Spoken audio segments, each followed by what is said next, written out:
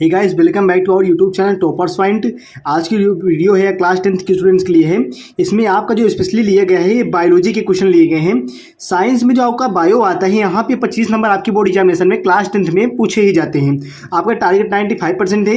यदि आप इन क्वेश्चनों को जो आपके प्रश्न आप बताने वाले हैं अगर आप उसको तैयार कर लेंगे तो आपके 100% इसमें से आएगा ही आएगा। कुछ क्वेश्चन आपको मिल जाएंगे कम से कम जो 25 नंबर है उसमें से आपको 10 से 15 नंबर आपको ऐसे प्रोवाइड हो जाएंगे। चलिए वीडियो को स्टार्ट करते हैं और देखते हैं कि क्या है आगे। देखिए, पहला एक क्वेश्चन आपसे पूछ रहा है, पोषण क्या है, पोषण की आवश्यकता क्यों होती है। ठीक है, ये आपका कब कब पूछा गया, 2013 में पूछा गया, 2016 में पूछा गया, 2020 में और 2021 में। ये आपका कई बार पूछा गया है, लगातार पूछा ही जाता है और आगे भी पूछा जाएगा। तो इसको आप तैयार करिएगा। पीडीएफ और नोट्स आपको टेलीग्राम चैनल टॉपर्स पॉइंट पे मिल जाएगा और आपको लिंक जो इसका है वो डिस्क्रिप्शन बॉक्स में मिल जाएगा। चलिए देखते हैं पोषण क्या है। शरीर को जीवित अवस्था में बनाए रखने के लिए, कोशिका को निरंतर उपापचय के लिए भोजन जीवधारी वातावरण से लेते रहते हैं। यानी कि जो शरीर हमारी है, जीवधारी को अपना संतुलन यानी कि जो शारीरिक क्रिया है उसको बनाए रखने के लिए उनको उपापचय करना पड़ता है। और उपापचय के लिए इनको जीवधारी को वातावरण से जो भोजन लेते हैं, यानी कि जैसे पेड़ पौधे आपके हो गए, ये क्या करते हैं, क्लोरोफिल को प्राप्त करते हैं। वैसे जो मनुष्य हैं ये अपना भोजन, जैसे कि आपका दाल चावल चीनी हो गया, इन सब से क्या करते हैं वो अपना भोजन प्राप्त करते हैं और इनसे इनको ऊर्जा मिलती है। तो वही है आपका ऊर्जा उत्पादन तथा शरीर की वृद्धि के लिए पोषण की आवश्यकता पड़ती है। तो आपका ये क्लियर यहाँ पे हो गया कि पोषण की आवश्यकता क्यों होती है। ये आपका कई बार पूछा गया है और आगे का इम्पॉर्टेंट भी है, कई बार ये पूछा जाता है और आगे भी पूछा भी जाएगा, ये जान लीजिएगा। तैयार करिएगा। कहीं पे आपको कोई दिक्कत होती है तो आप उसको बताइएगा, कमेंट करिएगा, आपका जितनी प्रॉब्लम होगी सब सॉल्व कराई जाएगी। चलिए देखते हैं अगला क्वेश्चन क्या है। अगले क्वेश्चन में आपसे पूछ रहा है अमाशय किसे कहते हैं, इस पर आपको टिप्पणी करने के लिए बोल रहा है। तो देखिए क्या होता है, किस प्रकार से होता है, इसको हमको बता देते हैं। आपकी वीडियो पहले से इस पर अपलोडेड है, अमाशय किसे कहते हैं, और उसका पूरा फुल डायग्राम वहाँ पे अपलोडेड है। आप कैसे वो समझते हैं वो आपको पूरा मिल जाएगा। देखिए बोल रहा है अमाशय क्या होता है।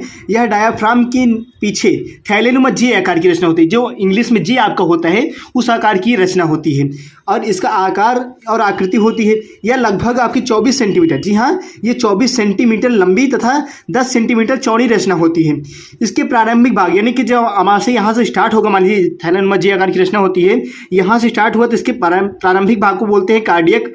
जो मध्य भाग होगा यहाँ का उसको बोलेंगे पाइलोरिक, और जो नीचे वाला भाग होता है उसे टिट्री या ऐसे कोई वर्ड होता है टिट्री के, और हिंदी में उसे बोलते हैं थैलिया बोलते हैं उसको हिंदी में, और इंग्लिश में आपका टेट्रिक होता है। ठीक, तो इसके प्रारंभिक भाग को कार्डियक और देखिए पीछे भाग को उसको पाइलोरिक कहते हैं। और इसके जस्ट नीचे एक वाल्व होता है, इसे पाइलोरिक वाल्व कहते हैं। यहाँ पे लिखा नहीं गया है लेकिन आपको बता देते हैं, पाइलोरिक वाल्व कहते हैं उसे। पाइलोरिक वाल्व के नीचे से जाने जाकर जो हम मनुष्य बोलते हैं, पाइलोरिक वाल्व के नीचे ही आपका जो स्वर कंठ पाया जाता है, ठीक है, वहाँ से ध्वनि निकलती है, उसके बाद आपकी मुख गुहा तक आती है। तो आपका पाइलोरिक वाल्व वहाँ पे पाया जाता है। देखते हैं अगला क्वेश्चन क्या है।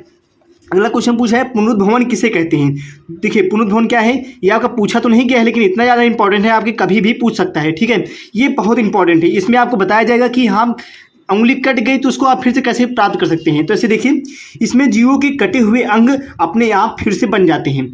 आपको एग्जाम्पल बताते हैं, आपके छिपकली कभी देखे होंगे तो छिपकली देखिए पूंछ अधिकतर कट जाती है लेकिन वो धीरे धीरे फिर से बन जाती है। यही आपका पुनरुद्भवन। पुनरुद्ध मतलब पुनः, रुद्ध मतलब यानी कि फिर से बनना, तो वही आपका है पुनरुद्भवन। आप ऐसे बायोलॉजी में क्या करते हैं, आपको इससे वर्ड जो होते हैं, आपके शब्द होते हैं, उसका आप विच्छेद करके आप उसके जो राइट उसका मीनिंग होता है अगर आप उसको निकाल लेंगे तो अच्छे तरीके से आपको समझ में आ जाता है। देखिए शरीर, मनुष्य के जो शरीर होता है उसमें यकृत होता है। यकृत में सबसे ज़्यादा पुनरुद्भवन की क्षमता पाई जाती है। यकृत में क्या होता है कि अगर यकृत डैमेज हो गई है, थोड़ा सा कट गए हैं तो वो फिर से बन जाएगा। लेकिन सबसे कम जो होता है वो मनुष्य के मस्तिष्क में पाया जाता है।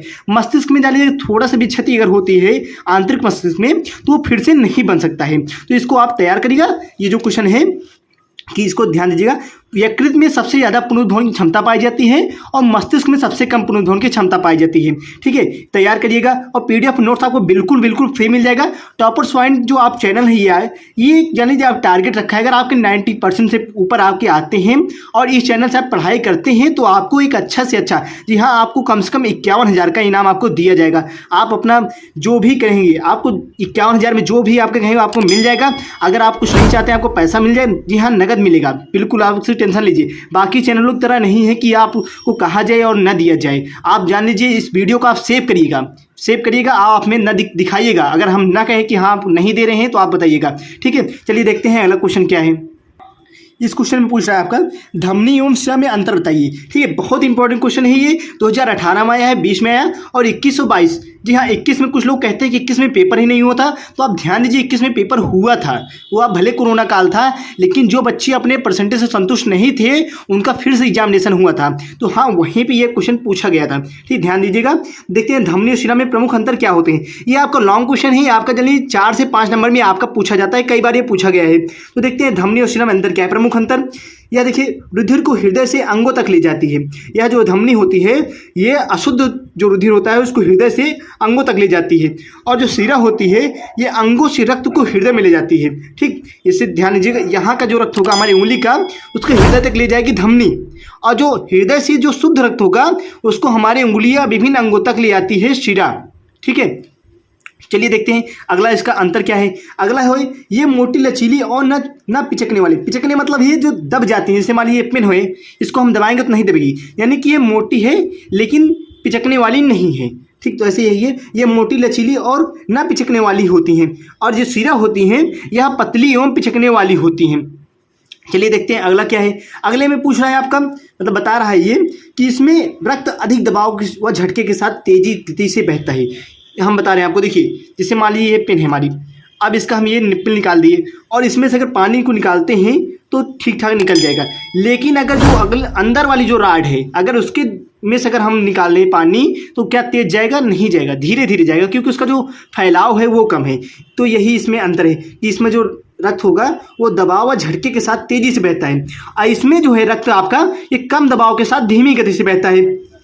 पूछ रहा है अगला क्वेश्चन, हीमोग्लोबिन क्या है। ये पूछा है आपका 2016 में, 18 में, 20 में और 21 में। ये देखिए कई साल ये पूछा गया है। तो देखते हैं क्या है हीमोग्लोबिन।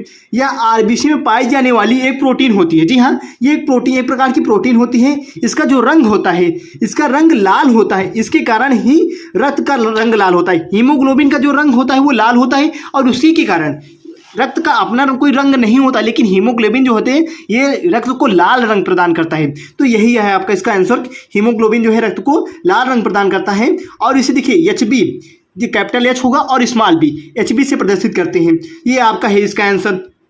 कई साल पूछा गया है तो इस बार भी आपको पूछे जाने के बहुत चांसेस हैं। अगला क्वेश्चन है, एक कोशिकीय जीवों के नाम पूछा है। एक कोशिकीय जीव हैं आपके जो प्रमुख जीव हैं, देखिए कौन कौन से हैं। ये तो पहले आपका आता है अमीबा। अमीबा में क्या होता है, द्विखंडन की क्षमता बहुत ज़्यादा पाई जाती है, यानी कि जैसे वाली हमारी पेन है, इसको हम अमीबा मान के चलते हैं। इसको अगर हम बीच से काट दिए तो ये अलग हो गए, ये अलग हो गए, और जीवित भी रहेंगे, ठीक, जीवित भी रहेंगे। जितनी क्रिया इसमें रहेगी उतनी क्रिया इसमें भी रहेगी। अगर मनुष्य है इनको बीच से काट दे तो क्या जीवित रह पाएंगे? नहीं रह पाएंगे। और लेकिन अमीबा क्या है, अमीबा में द्विखंडन की क्रिया जो सबसे अधिक पाई जाती है, यानी इसको काट देंगे तो अलग बन जाएगा, और जो कटा हुआ है उसको फिर से काटेंगे तो फिर से भी आपका चलेगा, ठीक। और दूसरा है पैरामीशियम। आपको बता दें पैरामीशियम का आकार कैसे होता है। पैरामीशियम का आकार आप स्लीपर देखे होंगे, इस स्लीपर के आकार का होता है, और जो अमीबा होता है इसका कोई आकार ही नहीं होता है। ये भैया समझ लीजिए कि जिसे कहते हैं ना, बिना पैंदी का लोटा है, किधर भी घूम सकता है, तो वैसे अमीबा है, इसका कोई भी आकार हो सकता है, ठीक। देखते हैं अगला क्वेश्चन क्या है।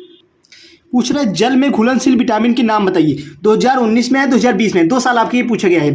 तो जो विटामिन होते हैं कौन कौन से होते हैं, vitamin A, vitamin B, vitamin C, vitamin D, vitamin K. तो जो आपके जल में घुलनशील हैं वो बी और सी हैं, और जो वसा में घुलनशील होते हैं वो 4 होते हैं, यानी कि आपकी विटामिन संख्या 6 होती है। बाकी इसके पार्ट भी होते हैं, जैसे B1, B2, B3, इसी तरह से आपके वो उसके भी होते हैं। तो देखिए आपका जल में घुलनशील केवल 2 हैं और वसा में घुलनशील 4 होते हैं।